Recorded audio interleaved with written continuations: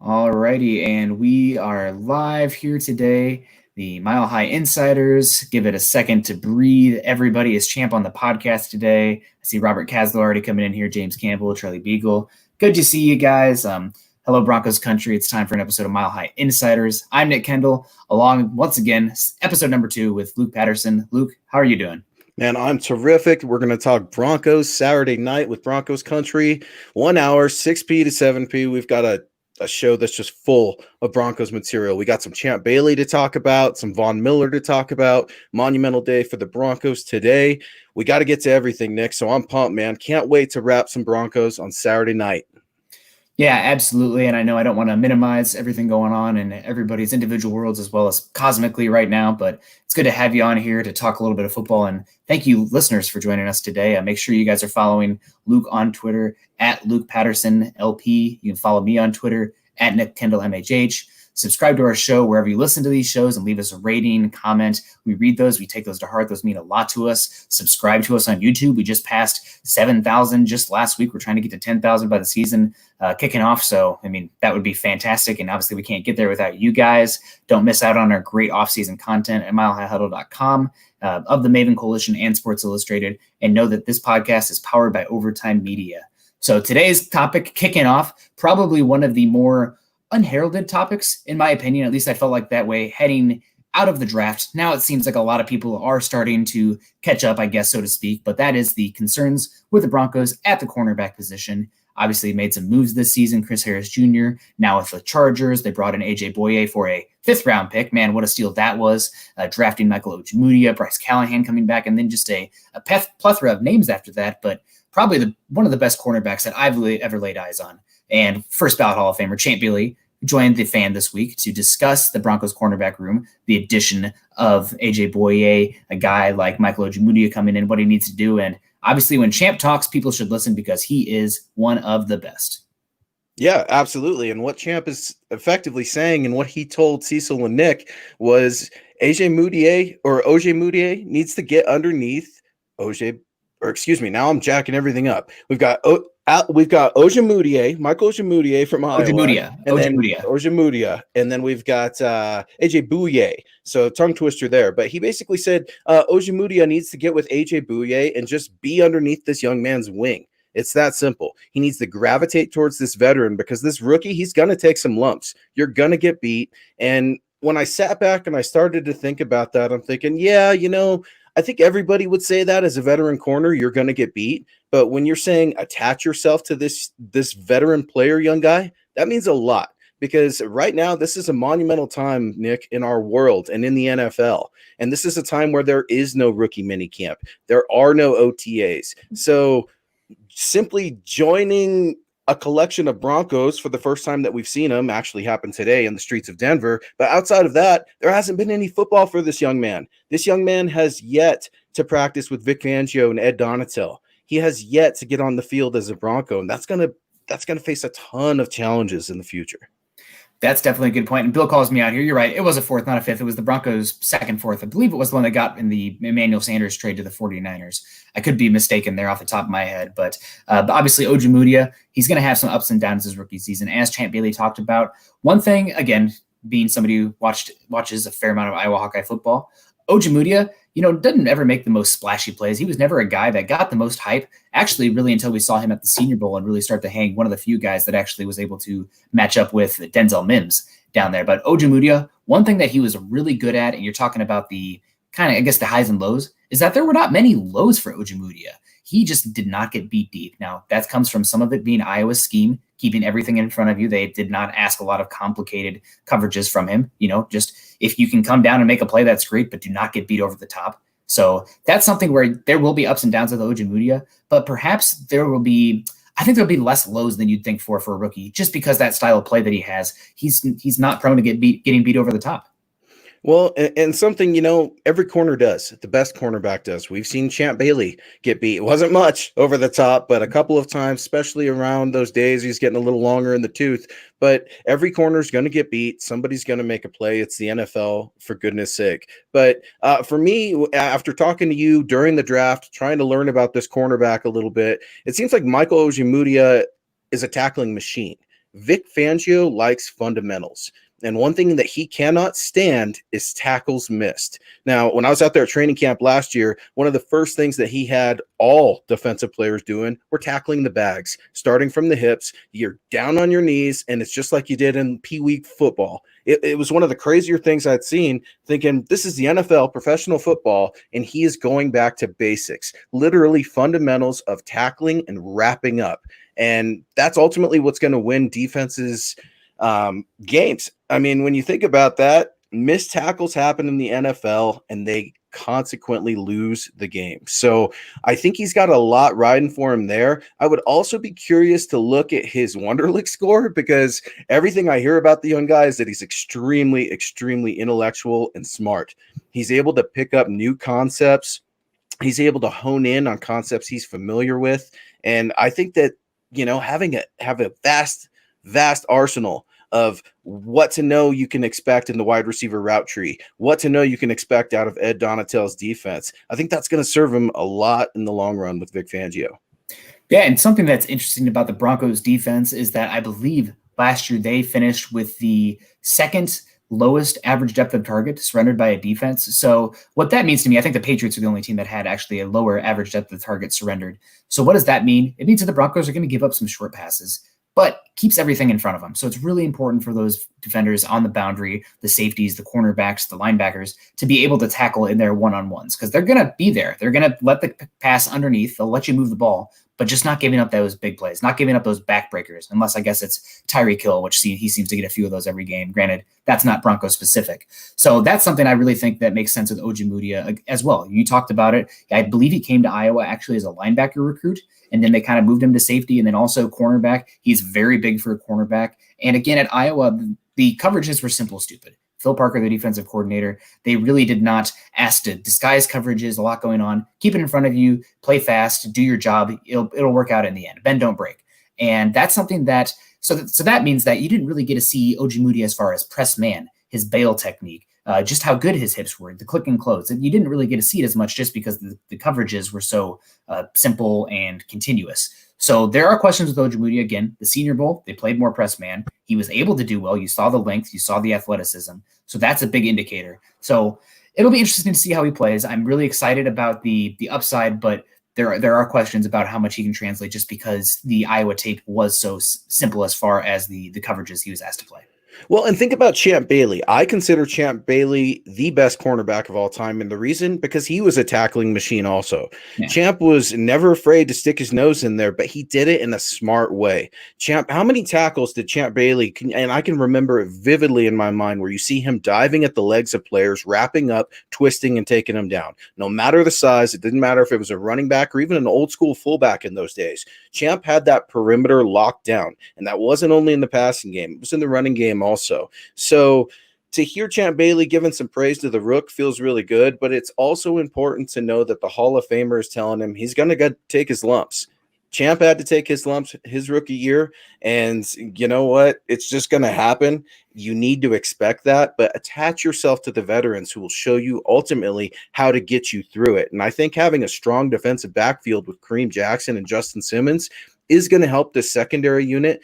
Bryce Callahan. What do you say about Bryce Callahan? I mean, the guy has never completed an NFL football season. That's about it for me. So huge concern there because, one, we can't even get him on the field. Now, I don't even know if we'll ever see him in a Broncos uniform. So that's a hard one to rely on for me. Then you got to look at Isaac Yiadom. I'm looking in the comments right now. It seems like a lot of people are curious about Yiadom. A lot of people have given up on Yiadom, but this has to be it for him in training camp. If he does not compete and find a way to make it over Duke Dawson or another cornerback, a Devontae Bosby, something like that, then he's gone. Plain and simple. So as you look at the cornerback depth, you realize that there is a significant value with this pick. And I think Vic Fangio, Ed Donatell, and John Elway all expect this young kid to come in and compete for a starting role immediately. Yeah, I will say for Yiadom, one thing that he does have going for him, a little bit like Ojemudia, which is actually there's some concerns there, some combination, or I guess some comparisons between the two, where Yiadom is a solid tackler. So at worst, you're going to get some special teams value from him. That was, I mean, I remember watching him at Boston College, and the special teams was a selling point for that third round comp pick. So maybe there's some safety ability. I just don't see the hips, the quick twitch ability to play that boundary cornerback so much. So we'll see this year, but that's a good point. Obviously, want to get to our comment section here as well. Gary Palmer, 719 coming in. Love it. Nick and Luke, what could be better than that? Thank you very much. Also, thanks, Gary. Some good Robert Caslow coming in as always. Who are some Broncos UDFAs? Obviously, there's Essang Bassey, who came from Wake Forest. It's a slot guy. Some people thought he was going to be drafted, struggled a little bit at the Senior Bowl. Smaller guy, 5'10", 185, I believe. That's just off the top of my head. And then also, I guess that's the main. Do you have any thoughts on Essang Bassey? Did you watch him so much? I know that it's a little bit lower down in the draft here, but yeah, I don't. I didn't look at him too much. Looking at the undrafted corners right now, trying to pull some up and trying to look at undrafted free agents that are available also. And I think you and I touched on this maybe off air, but is Drake Kirkpatrick still available on the open cornerback market? I believe so. I think we know that Prince Amukamara signed. I believe Eli Apple just signed this past week as well. So there's two cornerbacks off the market. Marquez Dennard from Cincinnati and Drake Kirkpatrick, both former Cincinnati Bengals first-round picks at cornerback, I believe, are still free agents. Yeah, so I think those could be, some potential players that maybe you see in camp come in if somebody goes down, if somebody's cut immediately. We see those things happen all the time where a vet will suddenly come in and a player's suddenly gone in the overnight. And it's bizarre because numbers are changed. And when you're out there, you think you know who these players are. They don't have the last names on their jerseys. You're trying to remember certain numbers, and then it's actually somebody else. And the Broncos have done that quite a bit, especially at the tight end position last year with Buck Howard and some of those things too. So something to look out for the cornerback position. But another thing Champ Bailey said when talking about the significance of AJ Bouye is that AJ Bouye, he's seen it and he's done it. And he's done it in places that aren't as respected as the Denver Broncos. That's something that Champ Bailey was stressing on, immensely with Cecil and Nick Ferguson, his former teammate with the Denver Broncos. And when he joined the guys with the fan, he said coming from Washington into Denver, he knew immediately he was coming to a well-respected franchise that was always going to be in that topper echelon. He also included the Pittsburgh Steelers, the Baltimore Ravens, saying they're always right there. And I knew that the Denver Broncos, they were always going to be right there too. So when you think about AJ Bouye and coming to a new team, this is, I believe, his third team after Houston and Jacksonville. What do you think AJ Bouye's mindset is coming as a Denver Bronco after already playing for two franchise teams?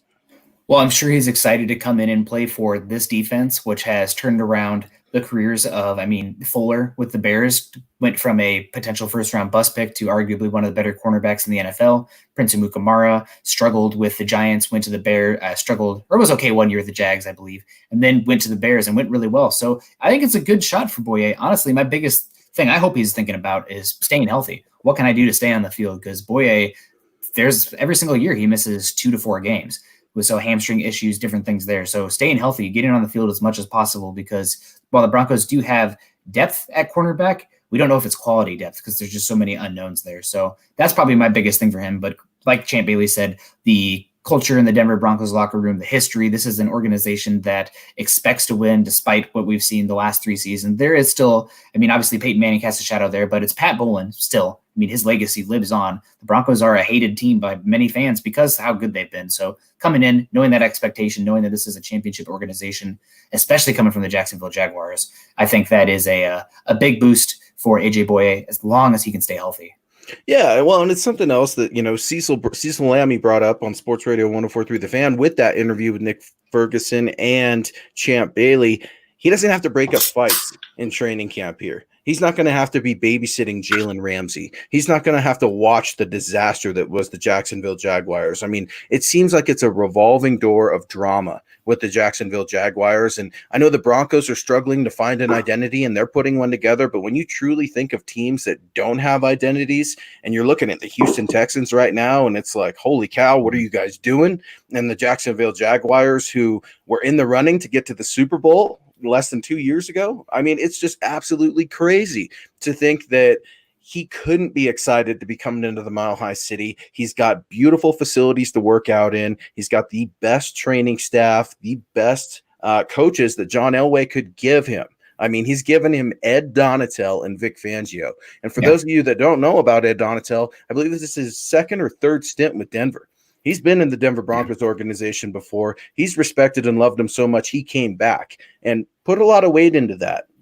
Yes, he's good friends with Vic Fangio, who also tried to get AJ Bouye when he was thinking about signing after that Houston Texans contract expired. Vic Fangio wanted him as a Chicago Bear, was very close to getting him. The Bears just weren't willing to pay the money, and that's ultimately why Bouye went to the Jags. So you know that the head coach wants you. You know that John Elway wants you. And you know that Broncos country wants you because they're looking for a huge hole to replace Chris Harris Jr. Not the same player, but something Champ Bailey also talked about with Chris Harris Jr. when the fellas asked him, you know, what can you tell us about a young CHJ? And one of the first things Champ Bailey said, the dude was a grinder. I noticed it immediately in training camp. This kid was one of the hardest workers I had ever seen, and that immediately gained the respect of Champ Bailey. So if this young rook can come in and truly attach himself to the veteran leadership on this Broncos secondary, I think we're in for a really good rookie season. Yeah, the Broncos, they're taking a shotgun approach to cornerback this year. There's no doubt about it. Bryce Callahan's injuries, what are we going to see from him? Will we see him? AJ Bouye, his best play has been as a number 2 cornerback outside of that really good last season at the Texans. Obviously, having Jalen Ramsey. Yeah, I think it was a 2017 season was the Pro Bowl season for Bouye, and I completely agree with you. Nick, maybe you could explain a little bit the difference between Chris Harris Jr. as a man-to-man slot corner, and I know he did play outside and some zone coverage for some of Broncos country right now. Tell us why AJ Bouye will fit into the Vic Fangio zone defense. Well, communication and tackling is obviously very important. Bouye's tackling was a little bit down last year, but he was dinged up. He did have an injury, and just the versatility that he brings, the off coverage, the off, obviously they play match quarters, a lot of split field reads, and that is important for this defense. Chris Harris Jr., he's much more of that, able to get on a guy's hip, stick in there, move inside and outside. Not the typical press man you see with the length, but really good, really quick at sticking in a guy's hip. Bouye, a little bit more off coverage that you'll see there with the ability to press. With Chris Harris, though, the biggest thing with him was the ability to go inside and outside really seamlessly from slot to boundary. Bouye, you're probably not going to see as much ability from the slot. You're going to see him need to use that sideline as a defender a little bit more, but I think it's a great fit. The biggest question for me is he going to be, he's going to have to play like a cornerback 1 in this offense or in this defense with the contract he has, especially with no dead money next year also, which is an interesting tidbit to hold over him. And his best work has been as a cornerback too. I mean, say what you will about Jalen Ramsey's attitude. Dude is one of the best 5 cornerbacks in football, true press man, boundary cornerback 1. So Bouye coming in here, having to come in and be the guy at cornerback, that is something to watch. That is at least, you know, I guess I wouldn't say concerning, but it's worth mentioning and paying attention to this season. Yeah, completely agreed. So I'm going to put you on the spot right now, Nick, because we know that the Las Vegas Raiders drafted a wide receiver, the wrong one, because the Denver Broncos ultimately got the best wide receiver in this draft, Alabama Jerry Jeudy. Now, the Las Vegas Raiders opted to take Henry Ruggs, his teammate. So I'm going to put you on the spot right now with the current cornerbacks that the Denver Broncos have. You are the defensive coordinator. You know the speed demon in Henry Ruggs is going to be lined up in the slot. Which Broncos cornerback are you going to put on him?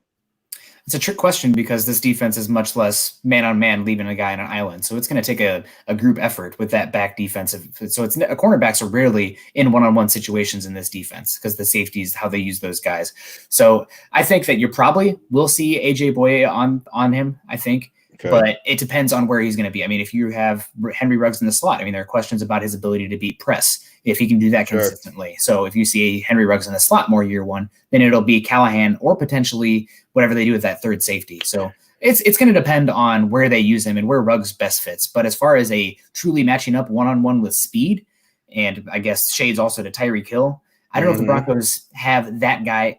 I'd hesitate to say Bryce Callahan, but a lot of it depends on who comes up. I mean, if Ojemudia wins the boundary sub package cornerback spot, that changes. That's shuffles the deck. So there's a lot of factors that it comes down to. Yeah. And I mean, you start thinking cover 2, cover 4. It's the very first thing quarterbacks look for, right? When they will come up to the line of scrimmage and they diagnose the defense, what do they look at? They look at the safeties. So yeah, a little bit of a trick question. I wanted to put you on the spot because something I'm definitely curious about. So it looks like we got Kenneth Booker coming in. Thanks for the show, Kenneth, and joining us here. With Fangio having a safety-friendly defense, do you see Jackson moving to cornerback and a draft pick who's picking up the system fast to replace him like Coleman if Callahan can't stay healthy? Well, Kenneth, that's a good question because we certainly know that Kareem Jackson can play cornerback. He has played cornerback, played a lot of corner last year for the Broncos, and he has played it throughout his career in the Houston Texans. But I can tell you from being on the press conferences with Kareem Jackson,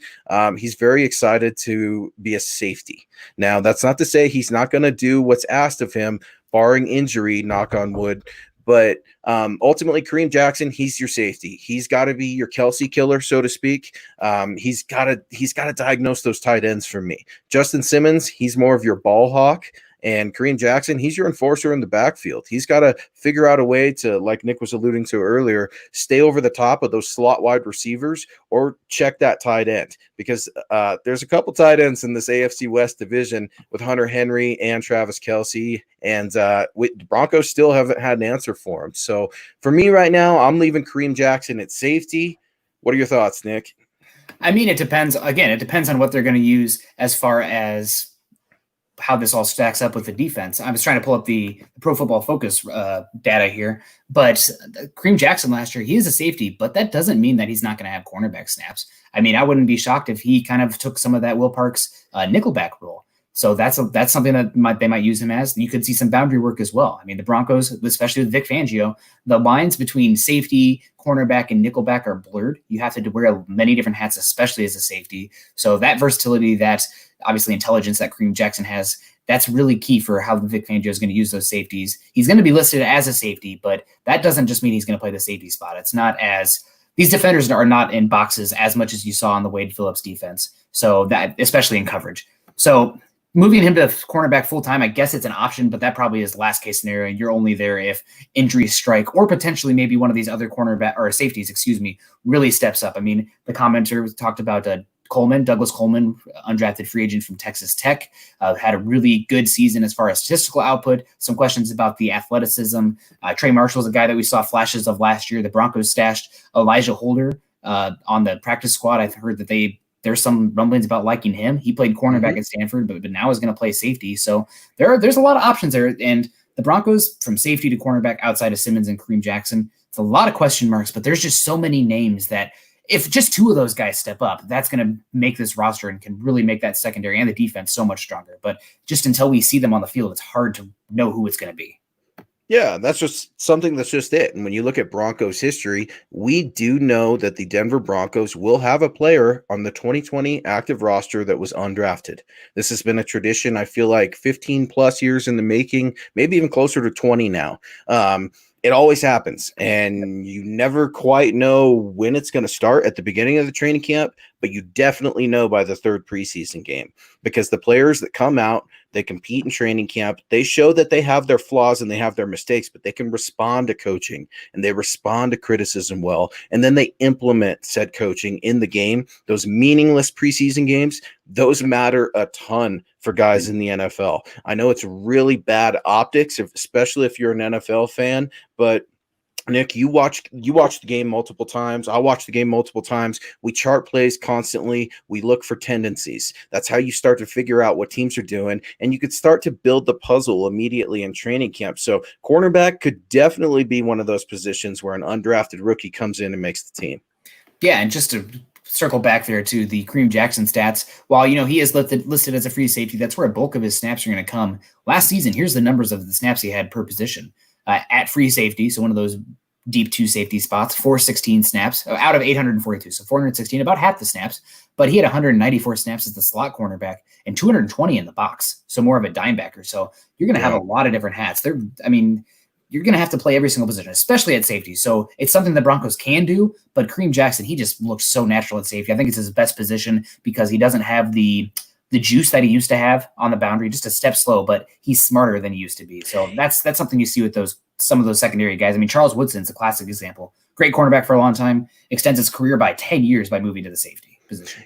Yeah, exactly. And a lot of people are always, the NFL is looking for the next linebacker safety hybrid. But what the Broncos have in K-Jack is a cornerback safety hybrid. It's a very bizarre type player. It's hard to duplicate. The guy's a monster for me, man. I was so impressed with the signing. I didn't know a lot about him coming out of Houston. Was a little hesitant, especially with the ongoing Chris Harris Jr. disputes and paying some corner that the Broncos have never had to come in / safety. And boy, did he rectify everything. But with Justin Simmons, the Broncos are looking at having two of the highest paid safeties in the NFL. So something that they're going to have to figure out. But the defensive secondary unit, man, it's going to be real nasty in training camp, because I think there's going to be a ton of competition. You're going to see Drew Lock out there throwing against guys, exposing some guys. Let's just be real with it. You're going to see Cortland Sutton just straight moshing some of these rookies. You're going to see, KJ Hamler, the speed demon. You're going to see him get caught a couple of times also. So I'm really looking forward to seeing the competition between this young DB room with, a little bit of depth and a very young wide receiver core with a ton of talent, but not a lot of NFL experience just yet. You're absolutely correct. And I also want to say hi to the chat to some guys. Ernie Mays, good to see you again. Denver Broncos are the greatest team ever. Can't say I disagree. Charlie Beagle, also always a friend in here. James Campbell. James is the guy. Want a beast, obviously, in here. And kind of thank you for the question as well. Darian always got to call me on my Iowa bias. Things you can mention on Nick mentioning the Hawks and the Raiders choking. So that's very true. So I guess talking about the secondary here, is there anybody that is a true dark horse for you? I mean, obviously we talked about, a guy like Trey Marshall, maybe there's Douglas Coleman. Is there a cornerback for you? Somebody that we're not talking about right now that you're going to stake the claim on saying, you know what, this guy, don't forget about him.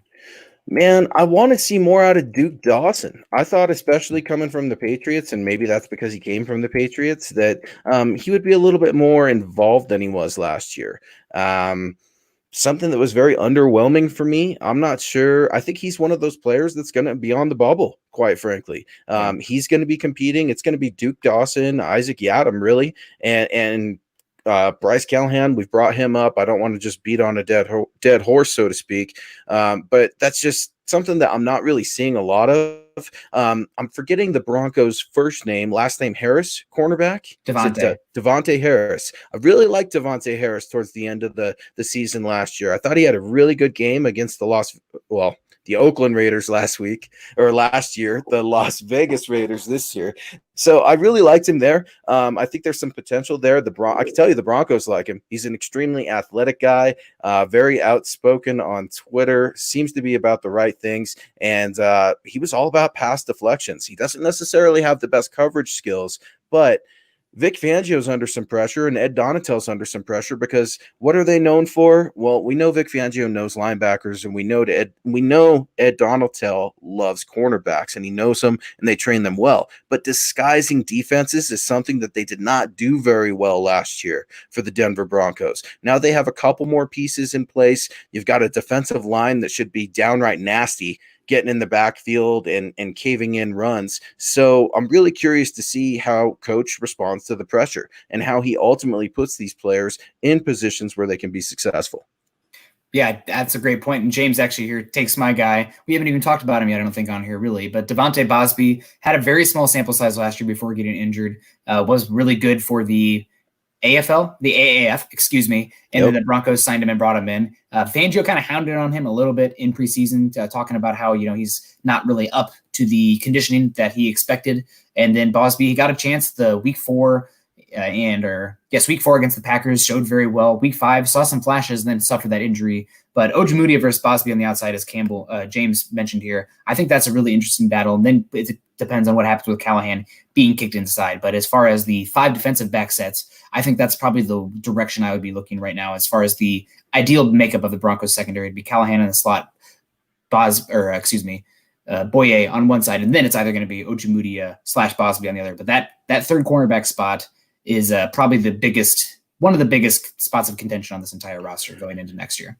Yeah, that's a good one with Devontae Bosby. Absolutely. How can you forget him? I mean, the guy, he brings some height to his game, and he's not a Length. terribly small. He's not a terribly small player either. I think he's around 6'2", probably close to 200 pounds. I would love to see him put a little bit more muscle on. But last year, I think he had 5 games played for the Broncos. So a bit of a dark horse, I think you could say. But the Broncos like him too. Again, another athletic guy. He's able to use his footwork, I think, to set him apart a little bit different than other players. I do like the way he can swing those hips, just like Chubbs and Happy Gilmore. It's all in the hips, baby. It's all in the hips. And when you start thinking about that cornerback, man, that's something I started thinking before the show. And I played O-line and D-line in high school, and always thought and swore our positions were, the most difficult positions ever. But Nick, as I thought about it before the show kicked off, could you imagine being a cornerback in the NFL, having to run backwards with some of these guys, having to run backwards against Julio Jones, now a Henry Ruggs speed demon?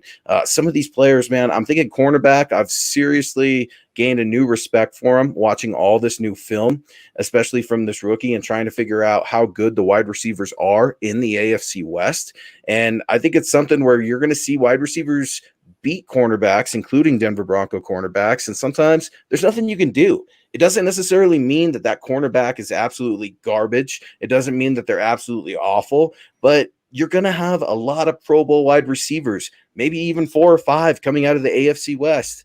If those 4 or 5 are going to be in contention for Pro Bowls. So it's going to be a passing system here in the AFC West, folks. So don't be surprised to see cornerbacks get beat.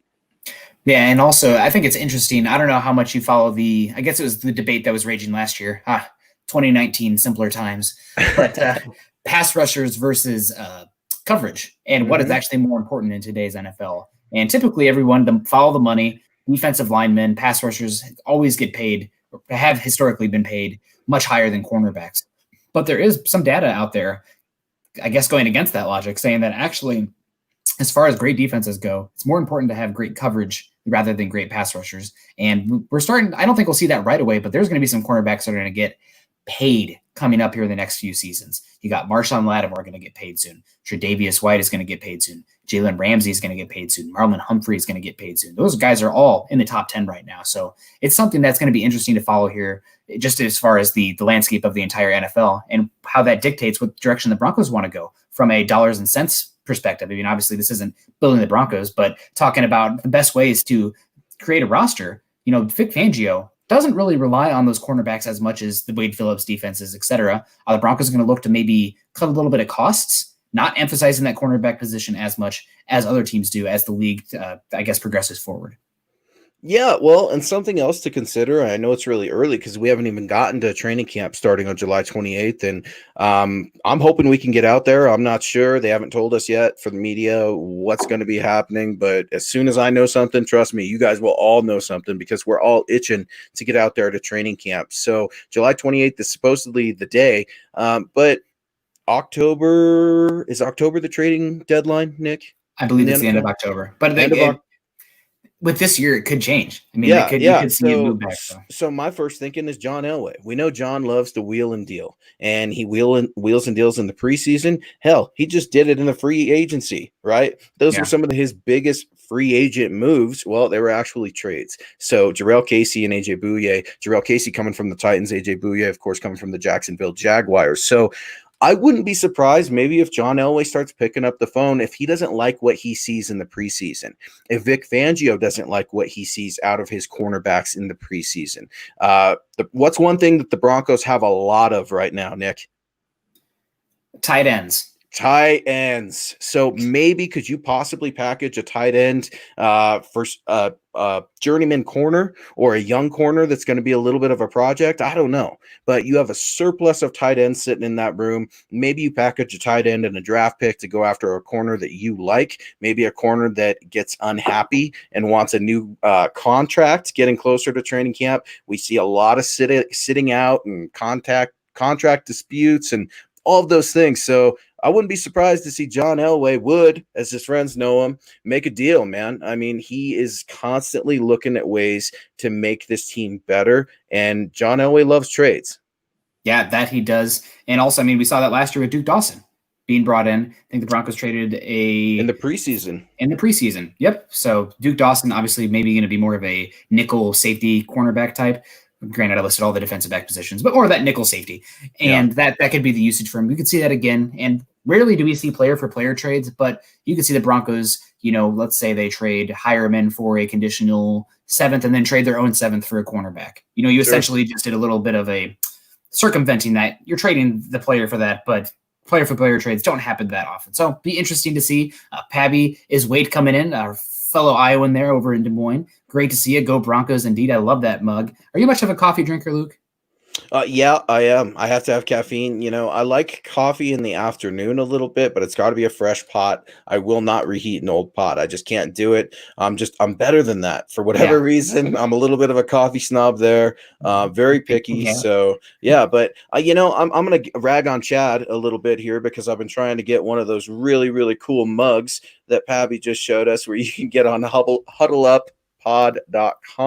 Go ahead and search huddleuppod.com for hats, hoodies. We're going to be having some MHI merch coming out here in the very near future. So yeah, I'm a big coffee drinker. I'm trying to get a care package from Chad, and we'll see how that goes. Yeah, I just saw Pabby with the mug there. I think our logo would look absolutely fantastic on a coffee mug. I would kill for one of those. Absolutely. And also, thank you very much, Terry. Good to see you all the way from Canada. Terry, let us know in the comment section, where are you in Canada? I've just been missing. I'm here in the Midwest. I'm stuck, and I'm really craving some mountains. So if you just lie to me, say you're from Banff or something, that would just make me way too happy. And Terry, I'm always using that force, man. I'm always using it. Right now, if I could use the force, I would use it to speed up the calendar so we could get to training camp. Just a little bit of levity. This world we've got a lot of things going on in it, and it's a very dark time for the world right now. So I'm very fortunate to talk sports with you, Nick. So if I could use the force, Terry, man, I'm using the force to speed up that calendar because we got to get back to sports. I'm a huge believer that sports unifies people. By no means is sports the most important thing in the world. There are certainly more important things than sports going on right now, but I'm looking forward to getting back to it because this Broncos team is going to be exciting. Now, I'm not saying they're going to be playoff bound, Super Bowl bound, anything. I think it's way too early to go ahead and start making picks until I get to training camp. But the secondary unit, it's a big question right now, but I do like what I'm hearing from Champ Bailey, especially if he's getting this rookie corner, Michael Ojemudia, to attach himself to AJ Bouye. And here's a take. My goodness, I love Atwater and Smith, but K-Jack hits like Ronnie Lott. You know what? More power to you, Ryan Hamilton. That's quite a bar there. It is the off season. We are, we can drink a little bit of the orange stuff today. So that's I'll live with it. That's great. I don't know if he's the biggest hitter, but granted, the game's changed. And I think K-Jack's versatility, the guy who actually I think reminds me the most of K-Jack, somebody a little bit more recent, a former first-round pick, was really important to the Eagles winning the Super Bowl, and that is Malcolm Jenkins. I mean, Malcolm Jenkins was a boundary cornerback from Ohio State and was drafted by the New Orleans Saints. Played boundary cornerback there, did okay. Then he went to the Eagles and became kind of that match-up safety / cornerback, really much a tight end neutralizer for them. And that versatility offers the intelligence, the leadership. I mean, both of them are outspoken, intelligent young men, or I guess probably older than me, but still young guys with some intelligence there. So I think that's the guy who reminds me about it. While he might not hit like Ronnie Lott, just the versatility, it's so big. In today's NFL with the, I guess, fluid defenses and coverages in the back end, it's huge. It's so big. Yeah, well, you know what? That's so funny. That's a really good comment. The first thing that I think about with that, I was just talking about Ronnie Lott to my wife, and she has no interest really in Ronnie Lott or who he was or football or anything like that, unless it's Broncos. But they were replaying, I think it was a playoff or a Super Bowl game with the San Francisco 49ers. And the very first thing I told her when I heard Ronnie Lott's name was, did you know he opted to have his finger amputated at halftime so he could continue to play in the game? And I don't remember which game that was. Part of me wants to say it was a really significant game, like a playoff game, or I don't want to say Super Bowl because then I think we would definitely know that. But Ronnie Lott was the man. He's got to be one of the best safeties of all time. I think Kareem Jackson, he's absolutely the enforcer of that defense, and no question about it. But I think he's a lot more athletic than Ronnie Lott. No disrespect to the Hall of Famer at all. Game's changed. Yeah, but it's just as you see football change a little bit, that could also be those big pads those guys used to wear. That's another reason sometimes, yeah, exactly. They got shoulder pads up to here. I think it's another reason sometimes why we're thinking, oh, right now these players are so much more young and athletic because they've got those tight jerseys and biceps ripping out and everything like that. Well, you know what? If the old school guys had the same thing, maybe we wouldn't be saying that. But definitely a really good comment, Ronnie Lott. I love talking safeties. I'm a sucker for safeties. Absolutely love them, especially when they're mean. Very much so. James Campbell coming in from across the pond. Early days, but given the body of work in college, the Broncos roster projections, assuming they're both on the board, and declare who would you want for the Broncos to get? Shaun Wade, nickel defensive back, or Patrick Surtain, cornerback 1. Personally, I know this is maybe this is a little bit early for you, Luke, as regards to 2021 draft. I do like Patrick Surtain. Maybe this is going to make me look stupid. I just don't know how fast he is as far as a boundary corner. I think Shaun Wade, he may not be everybody's cup of tea, but I think he's a perfect fit for the Vic Fangio defense. Now, I do want to see if he can hang at the boundary this year. That's going to be a question for him at Ohio State. Granted, he was a nickel this past season and sometimes a little bit stiff. I mean, we saw KJ Hamler cook him. Granted, they were both freshmen at the time, but that's something that sticks out in my mind. But Wade's ability, I actually see him more as a Minkah Fitzpatrick type. I think his best fit is going to be at safety. And with Kareem Jackson's contract, I mean, let's just call it as it is. The Broncos can save a lot of money moving on from Kareem Jackson next year. Who knows what the salary cap is going to be given the NFL's maybe not going to make as much money this year. It could be stagnant. It could get smaller. I mean, that's really a possibility. So I would love Shaun Wade just because I think he's a perfect fit for this defense. I like Wade also. Absolutely. I haven't dove a ton into the draft just yet for next year. Yeah. I'll start doing that, really hitting that hard around November-ish, trying to get to the regular season. But I like where you're thinking because I love the draft. Nick, you love the draft. We love to get after these players. Ryan Hamilton chiming in. KJack TV is one of the funniest things going, no doubt. He needs to stick to making more episodes. He definitely needs one. He definitely needs one with a lot of Drew Lock. And it's something I would encourage everybody to go look at. KJack TV. I think you could also find it at denverbroncos.com. And actually got to talk to Kareem Jackson a little bit on the press conference. And he told all of us that that's something that actually started in Houston. It's something that I thought he started here with the Broncos. And the Broncos PR department, they're awesome. They love having their players show a personal side to themselves that the fans don't usually get to see. The media, we sort of see it in the locker room at times and things like that. But it's really one of those things where KJack gets a microphone in his hands and just works his magic. And there were a few videos last year that absolutely had me dying when Drew Lock is singing. I think Justin Simmons is singing. Von Miller was making fun of Garrett Bowles' outfit. And, it's just all kinds of good stuff. So, yes, I agree with you. KJack TV, we need more KJack TV. I do know that he has been doing virtual KJack TVs with some of his teammates. So, looking forward to getting that back in the locker room. I'd like to see him play Quiplash. I'd tune into Twitch to watch them play Quiplash and just clown around with each other. There you go. Yeah, that works. So James coming back in. Use the Forest Luke.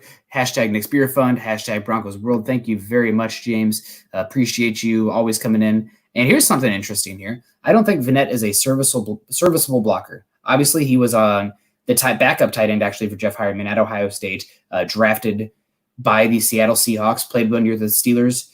In theory, Vannett, given his size, you'd think would be a solid blocker. It's not always the case from what I saw on film, but I do think that as far as the Broncos tight ends right now, assuming they don't keep Heuerman, Vannett probably is more the wide blocker. The guy who's going to be in line most of the time is that de facto sixth offensive lineman. Even though I do agree that his blocking, given his profile, his athletic profile, his size, would be better than it actually is. Why is Jeff Heuerman on the team? And I'm going to get back to the Vannett question. I really am. But first of all, why is Jeff Heuerman on the team? Why is Jake Butt on the team? Austin Fort last year, University of Wyoming, undrafted kid, saw him at his local pro day. He was running with the 1s and 2s last year before he got hurt in, I believe, the Hall of Fame game against the Atlanta Falcons. So not quite sure what's going on with that tight end room right now. I guess they don't really have a need to release anybody right now. They're okay with what they've got. But no, Vannett, talking to a couple scouts and a couple analysts around the league, they said don't rule out his catching. I know he's a big dude. He looks mean. You would think because you look mean, you can block. That's not always the case. For me, blocking is in the NFL is a want to thing. It's a requirement. And I think any of those athletes, they're all strong. They all have the ability to accept, well, I should say the majority of them have the ability to accept coaching and learn technique. And blocking is simply moving one man's against another man. You're challenging his will. You're moving it against his will, as Mark Schlereth would say. And don't rule Vannett out in the receiving game. I mean, he may not be the strongest blocker, and that's probably true. But you know what? Drew Lock isn't going to need a ton of blockers in this Pat Shurmur spread offense where he's going to be running out of 11 personnel most of the time. So I think it's really good. But a lot of people right now talking about Nick Vannett, kind of lukewarm on the idea. I'm really excited to see this cat in training camp. I think he could be a dark horse in the tight end position room. They've obviously brought him on, so I don't think he's going to get cut. He's going to make the team, but I think he's going to be very impressive, and I think he's there to help Noah Fant, help Albert Ojemudia, Albert Okwuegbunam. Albert Okwuegbunam. Got it. Boom. See? No flashcards, no nothing, Broncos country. I'm on it. Albert Okwuegbunam.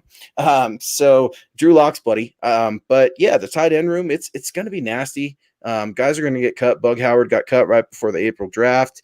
So yeah, unless we could find some sort of value to get rid of some of these tight ends, and don't think that the Broncos aren't looking, folks. Mike Kliss has reported it. Other Broncos reporters have reported it. They were actively shopping Jeff Heuerman during the free agency. So, and up to the draft. And heck, I wouldn't be surprised if they were shopping him in the draft. And nobody wants him. There are no bites there. So teams are waiting for Jeff Heuerman to get cut. I think Jake Butt, sort of the same thing.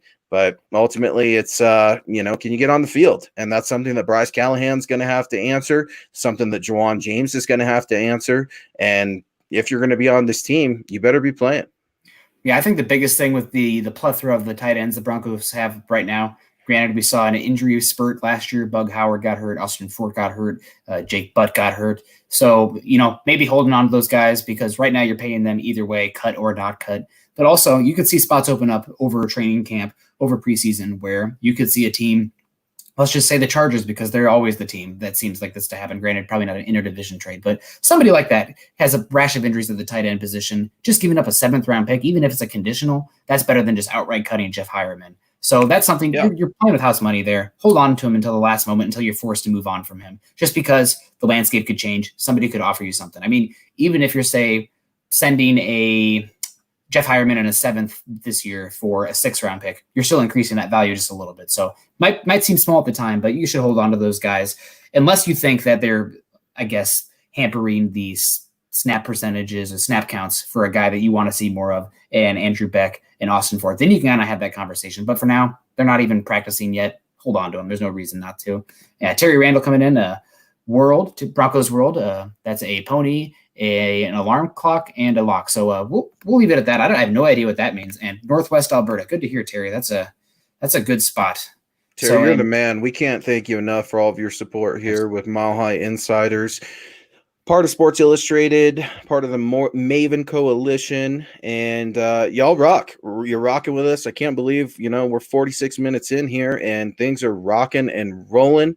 I'm Luke Patterson. He is Nick Kendell. Be sure to get over to milehighhuddle.com. I want you to check out a ton of great writing. We have so many great writers, both not only in the United States, but over across the pond in the UK as well. Mile High Huddle and Broncos Country, we do understand that Broncos Country isn't a geographical location. It is a state of being. And we definitely encourage everybody to go ahead and head over to huddleuppod.com. Get some swag. So get some really cool swag. We got MHI swag coming out real soon. But right now, go ahead and give those guys some love. Get a hat, get a hoodie. Masks are big right now, right, Nick? We got to take care of ourselves, protect our community and our country. So be sure to show us some love, guys, and go over and rate this podcast. Tell us what you like about it, what you'd like to hear more of. And Joe Turner coming in with the off topic here, but Big Ten. I'm always down to talk college football. It's the only thing that's compared is NFL football, obviously. I know it's off topic. Sorry, but Nick, what's your honest opinion? You think Scott Frost will work at Nebraska? I guess I could go on a while. I'm not the biggest Nebraska fan. Being a Hawkeye, it's probably the team that I dislike the most. I don't know. I'm also wearing a Colorado Buff shirt, so I'm on opposite ends of the spectrum as far as the Nebraska Cornhuskers go. Yep, I think the biggest thing with Scott Frost is, and this could be me being a biased fan, but it doesn't seem like he takes accountability. Where Nebraska has issues, it's the player's fault. It's the other coach's fault. At some point, you're talking about a guy. Go out there and take a bullet for your players. I mean, it's a metaphorical bullet, but the media is hammering you. You know what? That's on me. I didn't do that right. And I think the players would respond, but Scott Frost right now, there's no personal accountability. I'm a fan of former President Truman. The buck stops here. I think that's really accountable for every single organization that you want to run, that it starts at the top and you have to have a guy that's willing to take some responsibility. And I haven't seen that from Frost. So that's my biggest concern. Also, I think another thing that is not, I guess, talked about enough is Scott Frost wanted to run this spread offense. I'm not going to talk too much longer here, but he wanted to run this kind of spread Florida offense where you can get these athletes at University of Central Florida. That's not the case at Nebraska and the Big Ten West. You have to be able to punch with Wisconsin, with Iowa, with Minnesota. These teams are, I know that the spread football and the passing game is all here, but in the Big Ten West, if you're going to hold up, you have to match up in the trenches. That's where it starts. And Nebraska just has not had the guys in the trenches, the offensive line, the defensive line, the depth there. It just hasn't been. Every single time they play Iowa just punches them in the mouth. Over the last, I guess, six games they played, 6 years, Iowa's just beat them in the trenches. So that's my biggest questions. Will Scott Frost work? It's possible. Obviously, they recruit pretty well at Nebraska. But right now, I would say that it's not working the best. No college football. Sorry, Jay Gallant. It is a different game. But, that's how we get our draft takes, right?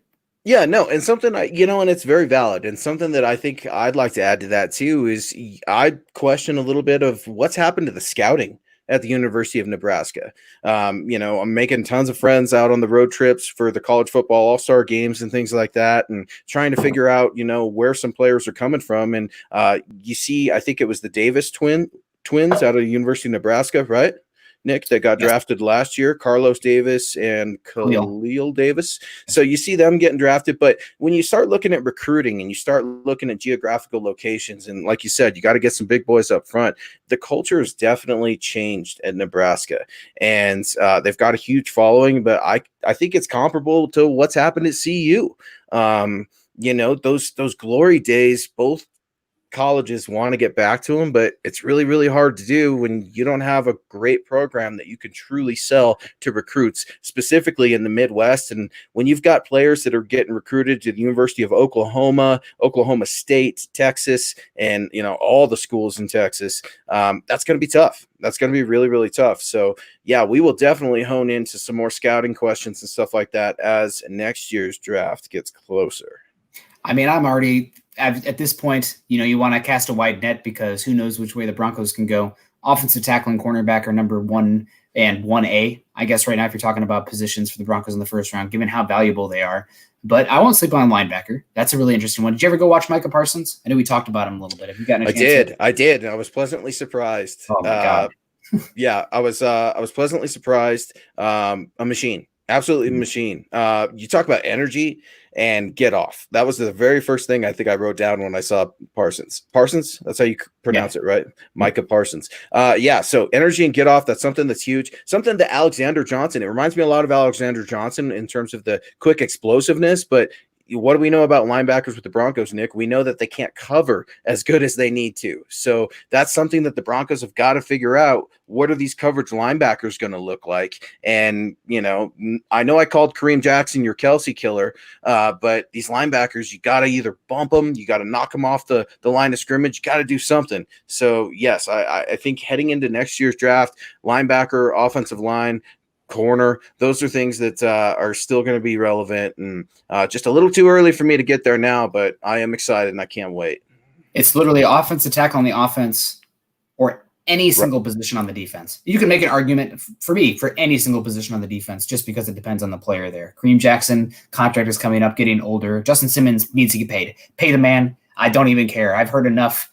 Pay him Elway. Like, what an intelligent guy. I want him around the Broncos. That'll probably be my next jersey. I absolutely – gosh, what an incredible person. Yeah, Yeah, and something on Justin Simmons, man. Justin Simmons, I've gotten to interact with him personally a couple times, and what a gentleman the guy is. The very first time before I even started covering the Broncos was his rookie year, and I had my daughter with me out there at training camp, and all the autographs had already gotten signed and stuff like that, and I just yelled, "Go Boston College!" And he comes running over and sees my little girl with a pink Broncos hat and takes the time and says, "Thank you guys so much for coming out. Go Broncos." Talk to her for a couple quick seconds.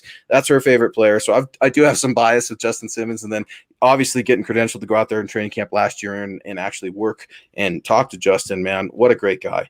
To me, he embodies everything that is a Pat Bowlen Bronco. Just like Daulton Reisner, just like some of these other players that the Denver Broncos are scooping up. And these are diamonds. These are something you don't ever want to let go. These are pillars of your franchise. You hear about Bill Polian a couple of weeks ago talking to Stokely and Zach saying, look, guys, you've got to set up a foundation, your foundation, and it's going to take time. But once you've got your foundation, you build off of that. And Justin Simmons, absolutely. The guy needs to get paid. Not only is he an elite player, but he's an elite human being. And I would encourage anybody to check out some of the work that Justin Simmons has done recently. And very impressive for the young man out of Boston College. And obviously will be a Bronco for life. I'm saying that right now. Elway said, he's going to be a Bronco. We're not letting him go. They like to wait till the last minute. Justin knows that too. So hold on, Broncos country. 31's not going anywhere. He's going to be in Denver. I feel very confident saying that. I mean, why would you move on from him? Great season. Obviously, you know that Vic Fangio can get the most out of safeties, but Vic Simmons is a perfect fit for this defense and even better person for the community in the locker room. So, and I'll give you a better reason. What is the biggest thing John Elway gets criticized for? Draft picks. Who drafted Justin Simmons? John Elway. So right now, the same argument is why is Garrett Bowles out there? Because John Elway drafted him in the first round. That's why he's out there. Plain and simple. Mystery. No mystery. You know, it's that simple, dude. He is out there because he was drafted in the first round. We've got one more season of putting up with Garrett Bowles, and I think that's it. Sayonara. See you later. We're starting over. But with Justin Simmons, yeah. He's definitely going to pay him. He's a player that John Elway, Matt Russell hit out of the park. So Justin Simmons not going anywhere as a Denver Bronco. And Terry, coming back to it, the season all depends on Locke. If you guys get a chance, go listen. Locke had a quick interview today in regards to the march that the Denver Broncos took place in. And Locke, man, I don't want to get the homer blinders on or anything like that. Obviously went down last year before the Broncos drafted him. I covered him, actually asked him a few questions at the Missouri Pro Day, rubbed elbows with a few scouts. Actually got to talk with a personal idol of mine in Daniel Jeremiah for a bit, which was pretty cool down at the Missouri Pro Day. Yeah. That's wicked, man. That's, yeah, it gives me goosebumps just hearing you say that, dude, because I was at the Shrine game last year and I look behind me and there's Ozzie Newsome. Yeah. And I'm like, the guy just can't get away from football. So yeah, dude, when you say that, man, it just, and like you, man, I'm not attached to the University of Missouri at all, but watching a college football game one night of some freshman named Drew Lock and seeing the arm on this kid, I was just like, oh, I gotta have it. I gotta watch him. And no, man, that's awesome, dude. I love it. Please tell us a little bit more about what you saw at the Pro Day with Drew Lock. We do know that Mike Shula was there, his quarterback coach, and he seemed to speak very highly of Drew Lock. What'd you make of his Pro Day? So obviously there is some plays here or there where Lock's base got a little bit out of whack, and that would mean the accuracy would fly. And I think that was my biggest concern with him.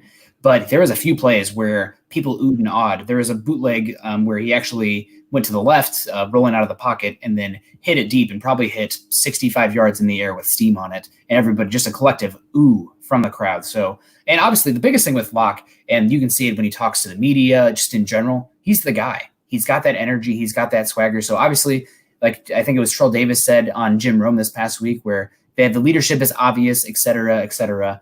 But the biggest thing with him now is on the field. So leadership says all the right things. The guy you want is the face of the franchise. I mean, that baby face, he's starting to get a little older. That baby face is starting to go away a little bit. So that's it comes down to his ability on the field. But man, I am really pulling for Drew Lock. And you know, Terry, I'm gonna agree with you, and I'm gonna give you a little bit of pushback too. And Terry, you know this, but I'm gonna go ahead and say it. Yet not all the pressure is on Lock. A lot of the pressure for me is on the offensive coordinator and the head coach. And you look at Vic Fangio and Pat Shurmur, right? Pat Shurmur has got to figure out a way to give the ball to these players.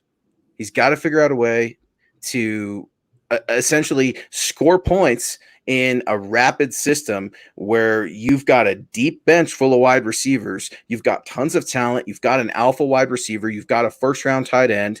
And I think all the pressure right now is on Pat Shurmur. We've seen that the Broncos aren't afraid to get rid of an offensive coordinator after 1 year. And I'm not suggesting that by any means that we're going to see Pat Shurmur out the door. Yeah. I'm super excited to see Pat Shurmur here. But you know what, Vic?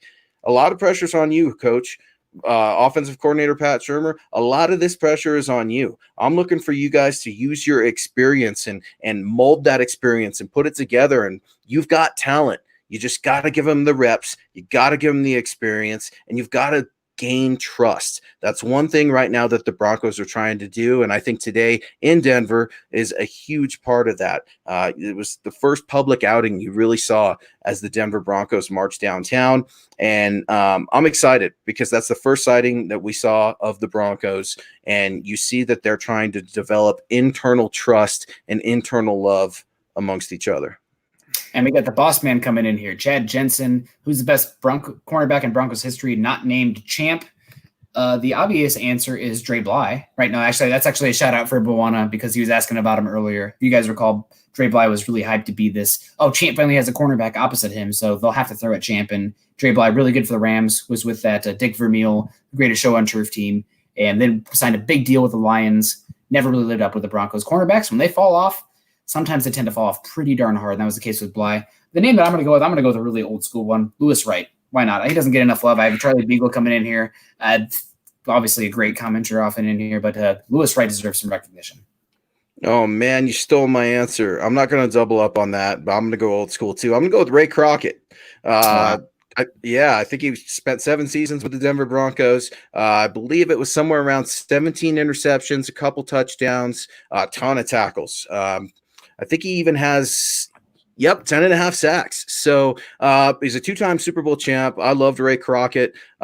Just kind of one of those blue-collar corners. I don't think he was necessarily a Hall of Fame player by any means or anything like that, but he was instrumental in those 97, 98 teams. Steve Atwater, man, he leaned on these guys heavily. And same with Tyrone Braxton. When you really want to start looking back at old school corners. So really good question, Chad. Appreciate you chiming in. Appreciate the donation. Juggernaut, Nick's Beer Fund. Appreciate that. If you guys have anything, we love Nick's Beer Fund, but Luke has said that maybe potentially some other options out there, maybe hashtag Nick's Cold Ones. So in the chat, obviously Nick's Beer Fund is organic. You guys came up with that. We appreciate it. But yeah, we want to challenge you guys, our listeners of MHI and all the listeners from Mile High Huddle, building the Broncos, Dove Valley Deep Divers. We want to challenge all of our audiences for some very creative, professional, yet a little bit appropriate. They got to be appropriate so we can read them on air, folks. But we want to challenge you guys to go ahead, give us a follow. I'm at Luke Patterson LP. He's at Nicholas Kendell MHH. And Terry, you're a rock star. We really appreciate everything. Appreciate your donations, appreciate your supports. And we are just about out of time, folks. You guys have been great. Chad's chiming in here. Louis was the original shutdown corner. So Louis Wright, man, you stole the words right out of my mouth. Really bothered me that you answered that first, because he's definitely one of my favorite players as well. Wouldn't mind getting a Louis Wright jersey, Frank. Yeah, absolutely. But that's about it, guys. We got to get out of here. Make sure you subscribe, like, and share the show. Obviously, that helps us reach a bigger audience. And if you enjoy it, give us comments. Go to iTunes, leave a rating. We really do appreciate that. You can find Luke on Twitter at Luke Patterson LP and myself at Nick Kendell MHH. Go to milehighhuddle.com. It's an affiliate of the Maven Coalition and Sports Illustrated. And you can follow the Mile High Insiders podcast and all our other great audio content by subscribing to this wherever you listen to your shows. You can follow us on Twitter at Mile High Huddle and let's pull it up here. That's the way to do it.